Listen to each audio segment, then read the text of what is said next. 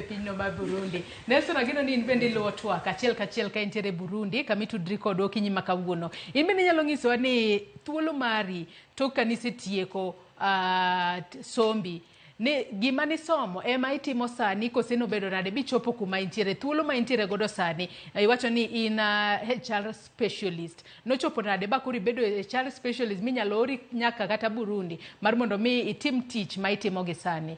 Nelson. Erokamano Joyce, rovere mokalo go mbaka ok apar kopogore ahinya. An somo Sawagongo High School.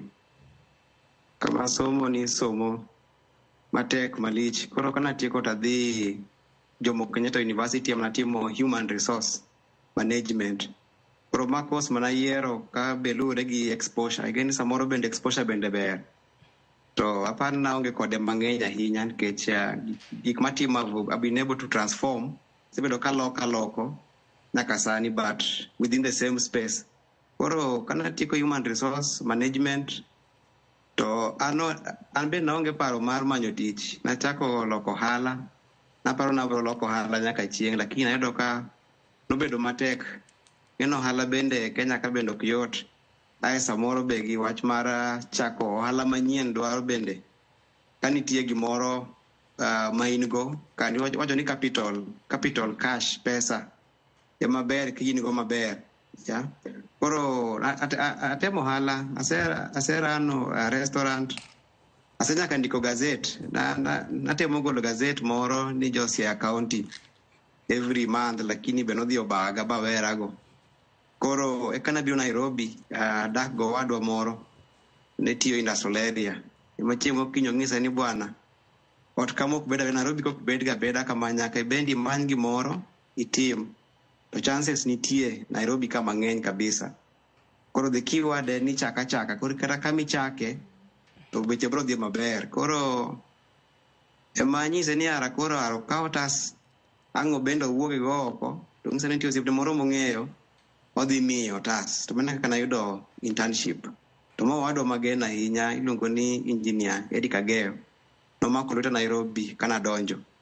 Koro kawana kana chako tiji HR kwa donjo kaka intern ingeni intern ichuli pesa mar atachi ngama pod ni school mobiro somo ini ni intern isetieko degree to pod ibiro ka ngami puonjo to se otitiyo. Koro na beda mamole ye kanyo tatiyo eka kanyo to joma natiyo go wacho ni tie kamoro mimanyo ng'ato motimo HR to dong isetieko school tiare ka tiji bende ber to nayudo referral.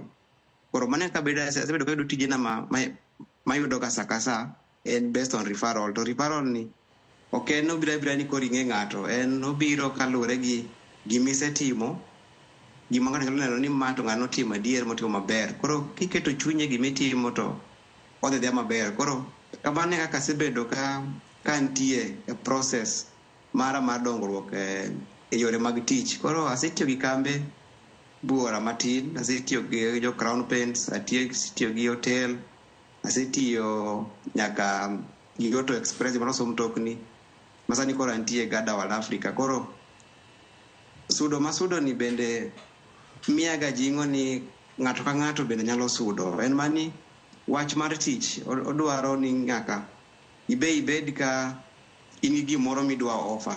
Ngeni tiyo chalo be na grano ohala nikech tich matiyo ni e ohanda kora bende nikech kochopo end month tichula pesa donge. Kora bende nyaka make sure ni gima timo ni odhi maber mondo kendo tich moro kama chielo ten tich mabende kendo imeda msara moro wiye. Koro mane kaka bende joma tiyo be mane kwaloso pesa kupogore gi joma loko ohala ma nyaka gius mang'eny kata nyaka gitimo mang'eny eka giyudo ohala. Koro bende nyaka koro imany kama itiyo nang'o. Koro kata tich matiyo sani ni amawacho ni wach mar referral en gima ng'ata koro nyaka wane network mane ma in go, osiepe mage ma in go. Kech osiepna mana onyisa ni nitie tich kambi matiye ni osiepna maromo go ma Nairobi ndalo corona. Koro en ni network nyaka ibed go maduong' mana ka joma loko ohala bed gi network ng'ama ber manyo tich be nyaka bed gi network to nyaka bende ibed ni ikori. Machielo en ni ang'o ma bende somo to tich mane bendi manyo kata kisomo gimopogore gi mimanyo nyaka koro imany ni ere skills man go, ang'o midwaro e tijni madang' adonjie. Koro human resource en tich madil gi dhano, lakini an sani adil gi dhano yes, but amede kwano moro e wiye. Koro itimo gima iluongo ni analysis e human resource iye ka. Koro mane kobedo kwa transform tijegi to ema kaka wasudo kodgi maber. Koro ema wacho ni ng'ato ka ng'ato koro nyaka manyare ni en ang'o ma in go e lweti, nikech kaka ng'ama nohero kwano bende. Koro be kwano wacho ni kama kadonje ni human resource ka donge kwano, koro kada kel kwane iye. Koro you reinvent yourself. Akere mana wacho nang'o Joyce gi dholuo reinvention. Yeah. You reinvent yourself mondi ibede e workspace. To kapok donje workspace nyaka bendi ibed gi skill midwaro. Sani Kenya ka sani kaka koro sani wang'iye tije tin nikech joma wuok e skul ng'eny, around 100,000 wuok e skul every year. To tije mabedo created tin. Kamino kata ka serikal nyowacho ni jomoko wuok dhi timo ang'o, dhi tiyo pinje maoko. But mani ng'eny ni mandalo matin. But joma pod nie Kenya ka pod wang'eny. Koro wa compete for jobs matin e iye Kenya ka. Koro nyaka ibed ni gimitimo ni ing'eye level maromo nadi, network ni duong' machal nadi, aito ibe in willing mar tiyo. Kose ng'eny nitie joma be samoro imiyo tich to be tich betamo. To kotami otami nikech inemi ok in willing, aito mogik en discipline bende. Aito kisebedo gi discipline to koro iyawo obwongo, koro itemo ng'iyare ne datim mane kure, datim mane kanye.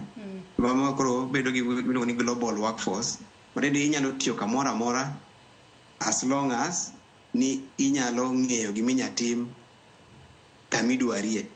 Koro sani nitie joma tiyo ni jo US to gin Kenya.